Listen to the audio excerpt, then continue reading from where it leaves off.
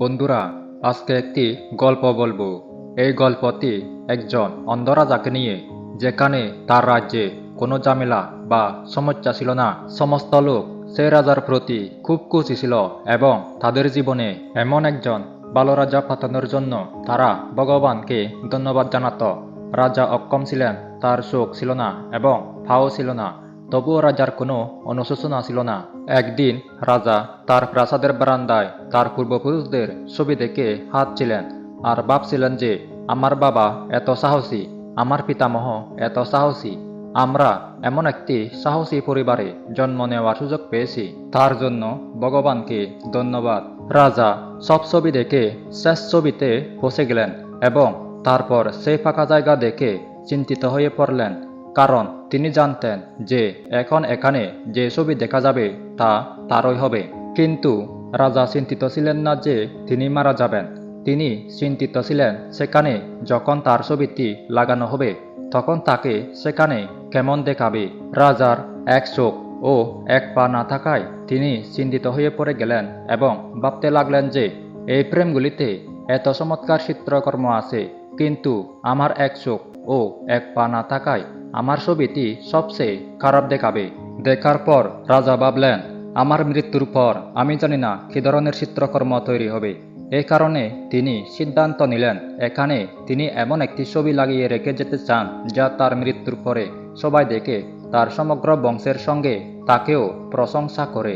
এখন সেই রাজ্যে ঘোষণা করা হলো এবং সমস্ত চিত্রশিল্পীদের ডেকে বলা হলো যে যে রাজার একটি দুর্দান্ত চিত্র আঁকবে সে একটি বিশাল পুরস্কার পাবে।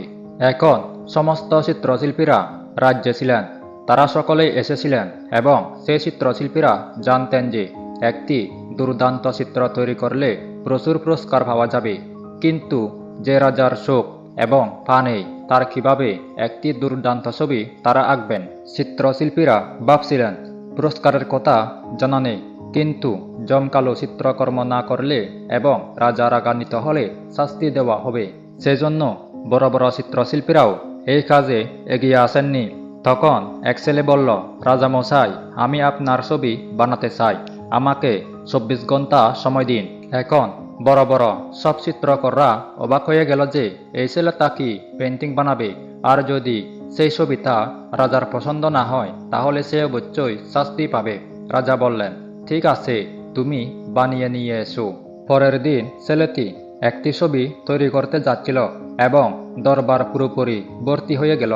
ছেলেটি কী ধরনের চিত্র আঁকবে তা দেখার জন্য দূর দূরান্ত থেকে লোকে আসতে থাকলো। এখন ছেলেটি সে রাজার চিত্রকর্মটি নিয়ে এলে লোকেরা অবাক হয়ে যায়, সবাই জোরে জোরে তালি দিতে থাকে এবং সারা রাজ্যে খুশির বাজনা বাজতে থাকে। এবং রাজা সেই চিত্রকর্মটি দেখে খুশি হন এবং বললেন যে বাহ, এই পুরো দেয়ালটিতে এর চেয়ে ভালো চিত্রকর্ম আর নেই। রাজা সেই ছেলেটিকে অনেক পুরস্কার দিয়েছিলেন। এখন আপনি নিশ্চয় ভাবছেন যে যে রাজার চোখ নেই, পা নেই, তার চিত্রকর্ম কিরকম হবে। সেই ছবিতে ছেলেটি এঁকেছিল রাজাকে গড়াই সরে। সে রাজার এক পা একদিক থেকে দেখা যাচ্ছিল আর রাজা তীরন্দাজ করতে করতে নিশানা করছিল, আর নিশানা করার সময় একটা চোখ বন্ধ হয়ে যায়, আর সেই রাজার সেই চোখ বন্ধ করে রেখেছিল যেটা রাজার কাছে ছিল না। এইভাবে ছেলেটি রাজাকে লক্ষ্য করে তাকে একটি গড়াই সরে, একটি অন্ধ চোখ এবং একটি মাত্র পা দেখিয়ে এমন একটি দুর্দান্ত চিত্র তৈরি করেছিল যে এটি সর্বকালের সেরা চিত্রকর্ম ছিল। সেই ছেলের সামনেও একটা চ্যালেঞ্জ ছিল, কিন্তু সে ইতিবাচক দিকটা মনের জোর ছাড়েনি।